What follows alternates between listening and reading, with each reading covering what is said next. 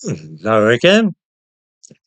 I think I have spoken before of the enormously rich and varied criminal landscape which we now enjoy in Britain since mass immigration became an established feature of our lives.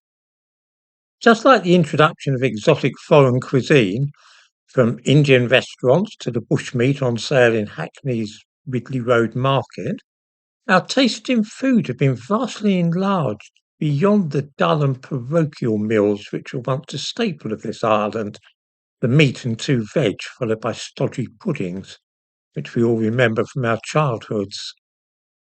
So too with criminal activity. The kind of offences which we used to find exciting to read about in the news of the world on Sundays pale into insignificance beside some of the things which immigrants and their relatives get up to here these days.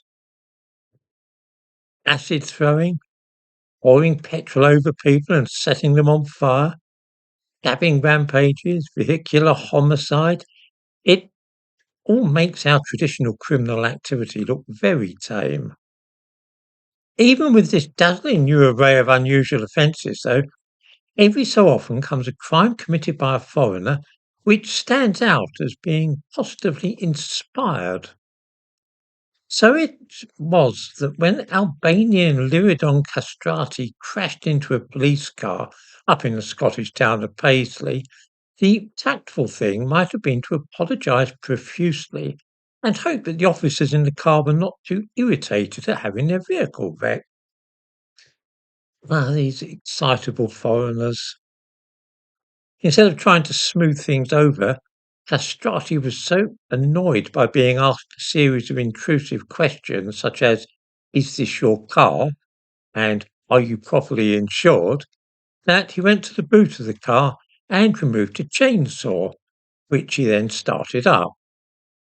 After which he chased one officer with the evident intention of sawing his arms and legs off, or perhaps decapitating him. There was a chase, in the course of which three more police officers were put at hazard. This fellow has now been sent to prison for 10 years for the attempted murder of four policemen. I think I can say with assurance that I have never in my life heard of anything like this, outside of films like the Texas Chainsaw Massacre, of course. We must hope that other foreigners living in our country do not hear about this and that it doesn't become a new trend. As I say, if nothing else, immigration has certainly made our newspapers more interesting.